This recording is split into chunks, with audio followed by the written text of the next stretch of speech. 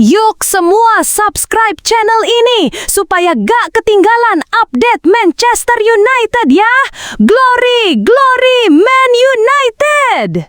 Mengapa Manchester United wajib gaet Bukayo Saka dari Arsenal? Yuk simak.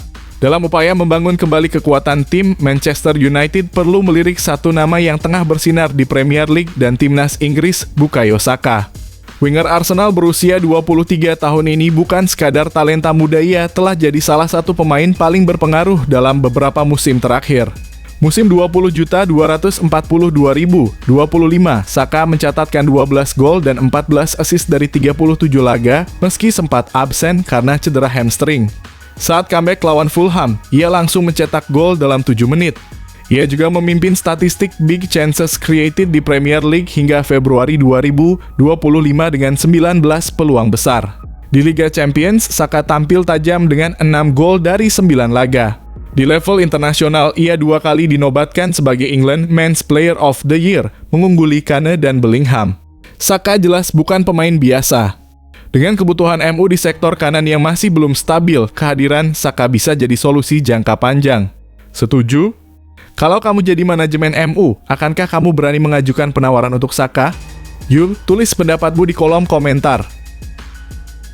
Amorim yakin karakter Šeško cocok untuk Manchester United.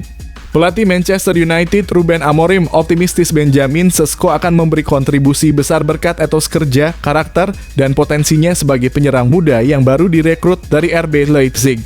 Dalam wawancara eksklusif dengan MUTV, Amorim menegaskan bahwa Šeško memiliki karakteristik penting yang dibutuhkan tim. Dia tipe pemain yang justru harus dicegah untuk bekerja terlalu keras, ujar Amorim, menandakan semangat tinggi sang striker. Šeško resmi diperkenalkan kepada fans di Old Trafford jelang laga uji coba kontra Fiorentina di ajang Snapdragon Cup. Penyerang timnas Slovenia ini dianggap sebagai salah satu talenta muda paling menjanjikan di Eropa. Amorim menyebutnya sebagai penyerang komplit, unggul duel udara, cepat dalam ruang sempit, dan piawai mengolah bola. Ia juga percaya Šeško akan cepat beradaptasi. Dia punya karakter yang tepat untuk berada di grup ini, tegas Amorim. Laga pembuka Premier League melawan Arsenal sudah di depan mata, dan Amorim yakin Šeško siap. Bagaimana menurut kamu, apakah Šeško bisa jadi andalan baru Setan Merah? Tulis pendapatmu di kolom komentar. Manchester United incar playmaker ajaib, duet idaman bersama Šeško dan Baleba. Meski telah menghabiskan sekitar 200 juta di bursa transfer musim panas ini, Manchester United belum berhenti berbelanja. Manajer anyar Ruben Amorim kini membidik tambahan kekuatan di lini tengah, dan nama yang mencuat adalah Gabriel Sara dari Galatasaray. Gelandang asal Brasil itu tampil gemilang di musim debutnya di Super League, mencetak 10 assist dari 45 laga dan menjadi kunci sukses Galatasaray. Kabarnya United tengah menyiapkan tawaran sekitar 34 juta, jauh di atas harga belinya dari Norwich City. Sara dianggap sebagai alternatif ekonomis dari Carlos Baleba yang dibanderol Brighton hingga 100 juta. Meski Sara tak sekuat Baleba secara defensif, gaya menyerangnya dinilai cocok dengan sistem progresif Amorim. Ditambah, ia punya pengalaman bermain di Inggris, mencetak 13 gol bersama Norwich di Championship. Dengan lini depan yang kini diperkuat Šeško dan rekan-rekannya, kehadiran Sara bisa jadi pelengkap sempurna untuk membangun serangan. Apakah Gabriel Sara layak jadi motor baru di lini tengah Setan Merah? Yuk, tulis pendapatmu di kolom komentar. Siapa yang lebih cocok, Sara atau Baleba? Pelajaran berharga dari kemenangan adu penalti MU atas Fiorentina. Manchester United sukses menutup pramusim tanpa kekalahan setelah menang adu penalti 5-4 atas Fiorentina di Old Trafford Sabtu (9 Agustus 2025) dalam laga bertajuk Snapdragon Cup. Namun di balik kemenangan ini ada beberapa catatan penting yang perlu jadi perhatian. Laga berlangsung ketat.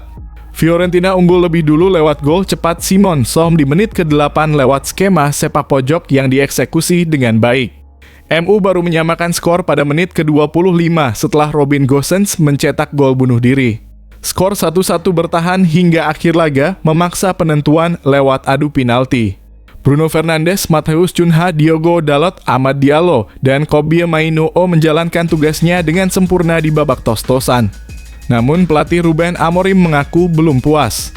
Ia menyoroti kelemahan timnya dalam mengantisipasi bola mati, hal yang berulang dari musim lalu.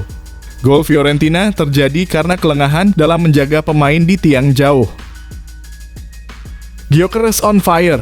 Arsenal hancurkan Athletic Bilbao 3-0 di Emirates Cup. Arsenal tampil menggila di Emirates Stadium. Dalam ajang Emirates Cup Sabtu dalam kurung 9 Agustus 2025, malam waktu Indonesia Barat, meriam London membungkam Athletic Club Bilbao 3-0 dengan Victor Gyökeres sebagai bintangnya. Laga belum genap berjalan 2 menit, Gyökeres langsung jadi sorotan usai dilanggar keras oleh Yuri Bercic, kartu kuning pun langsung keluar. Tak butuh waktu lama, Arsenal nyaris unggul lewat tembakan Bukayo Saka di menit ke-7, namun Unai Simon masih mampu menggagalkannya. Gol pembuka baru hadir di menit ke-34. Gyökeres sukses menanduk bola hasil umpan akurat Martin Zubimendi hingga jala gawang Bilbao bergetar. Hanya 2 menit berselang, kombinasi maut Gabriel Martinelli dan Saka menggandakan keunggulan jadi 2-0. Meski Bilbao mencoba bangkit, lini belakang Arsenal tampil solid dan disiplin. Gyökeres hampir mencetak brace di menit ke-61 lewat sundulan spektakuler, tapi Simon kembali berjibaku menyelamatkan. Pesta ditutup Kai Havertz di menit ke-82 lewat solo run sensasional yang langsung menembus jantung pertahanan lawan dan mengunci skor 3-0. Hasil ini memberi sinyal kuat bahwa skuad Mikel Arteta benar-benar siap tempur menghadapi musim baru. Bagaimana menurut kamu performa Gyökeres dan Arsenal tadi malam? Apakah ini pertanda awal musim yang menjanjikan? Yuk, tulis pendapatmu di kolom komentar. Man City siapkan Rp3 triliun untuk repatriasi Cole Palmer, Chelsea mulai goyah. Manchester City dikabarkan tengah menyiapkan manuver besar, memulangkan Cole Palmer hanya setahun setelah melepasnya ke Chelsea. Menurut laporan mengejutkan dari media Spanyol Fitch, The Citizen siap menggelontorkan dana fantastis hingga 200 juta euro dalam kurung sekitar 3,7 triliun rupiah sebagai biaya awal transfer. Tak hanya itu, City juga disebut-sebut menambahkan potensi bonus sebesar 50 juta euro membuat total paketnya bisa menyentuh 250 juta euro. Jika semua bonus itu tercapai, ini akan memecahkan rekor transfer dunia, mengalahkan angka Neymar saat ke PSG dalam kurung 222 juta euro. Palmer yang kini berusia 22 tahun memang tampil luar biasa sejak berseragam The Blues pada musim panas 2023. Dalam 97 penampilan, ia telah mencetak 43 gol dan mencatat 29 assist. Tak heran jika City tergoda untuk memulangkannya ke Etihad. Namun peluang transfer ini sangat kecil. Palmer baru saja menaikkan kontrak jangka panjang hingga 2033 dan Chelsea tidak menunjukkan tanda-tanda ingin melepasnya. Di bawah Enzo Maresca, Palmer jadi pusat proyek skuad muda Chelsea. Bahkan rumor pengganti seperti Xavi Simons pun tampaknya belum menggoyahkan tekad klub. Di sisi lain, City juga sudah aktif di bursa transfer musim panas ini. Mereka mendatangkan Ryan Cherki dan Tijani Reijnders dengan total 91,5 juta euro. Lini serang mereka pun kini padat dengan nama-nama seperti Foden, Bernardo Silva, Doku, hingga Marmoush. Kalau kamu jadi Cole Palmer, apakah akan kembali ke City atau tetap membangun masa depan di Chelsea? Yuk bagikan pendapatmu di kolom komentar. Profil Devine Mukasa wonderkid Manchester City debut lawan Palermo dilirik raksasa Eropa. Dunia sepak bola kini tengah menyoroti nama Devine Tayon Mahoga Mukasa wonderkid Manchester City yang baru saja menjalani debut bersama tim utama dalam laga persahabatan kontra Palermo di Italia. Sabtu 9/8/2025. Pelatih Pep Guardiola memasukkan Mukasa yang baru berusia 17 tahun ke dalam skuad utama.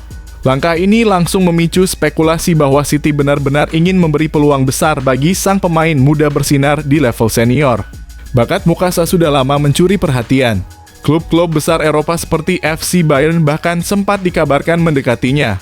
Namun Manchester City menunjukkan sikap tegas, mereka percaya penuh pada gelandang muda ini dan memberinya panggung dalam laga Anglo-Palermitan Trophy di Stadion Renzo Barbera. Sejak didatangkan dari West Ham pada September 2023, Mukasa langsung tampil impresif di akademi. Ia dikenal sebagai gelandang kreatif dengan teknik tinggi, mampu mengatur tempo, dan lihai membuka ruang di area sempit.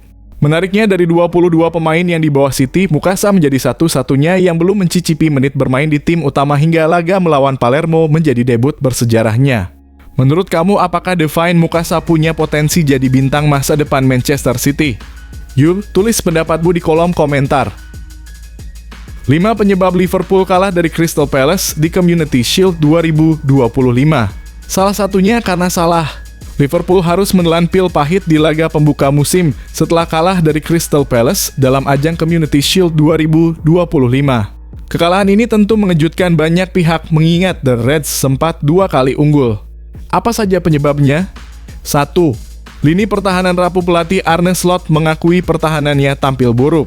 Liverpool 2 kali unggul, namun 2 kali pula disamakan Palace. Bahkan, Palace nyaris mencetak lebih banyak gol jika bukan karena aksi heroik Alisson Becker di bawah mistar. 2. Gagal antisipasi serangan balik Crystal Palace tampil tajam lewat skema serangan balik cepat. Salah satunya berujung gol penyama kedudukan lewat Ismail Assar setelah serangan balik kilat yang dimulai dari Will Hughes dan Adam Wharton. 3. Adaptasi pemain baru wajah-wajah baru seperti Florian Wirtz, Ekitike Frimpong, dan Milos Kerkez belum padu sepenuhnya. Arne Slot menilai proses adaptasi ini butuh waktu baik dalam menyerang maupun bertahan. 4. Mohamed Salah melempem salah tampil di bawah standar. Tak mencetak gol, tak bikin assist, dan bahkan gagal mengeksekusi penalti penting. 5. Gagal jaga momentum meski sempat unggul, Liverpool tak mampu menjaga intensitas. Gol Ekitike dan Frimpong tak cukup memberi kemenangan karena Palace selalu bisa membalas. Menurut kamu apa yang paling jadi titik lemah Liverpool di laga ini? Apakah mereka akan bangkit di awal musim? Yuk, tulis pendapatmu di kolom komentar.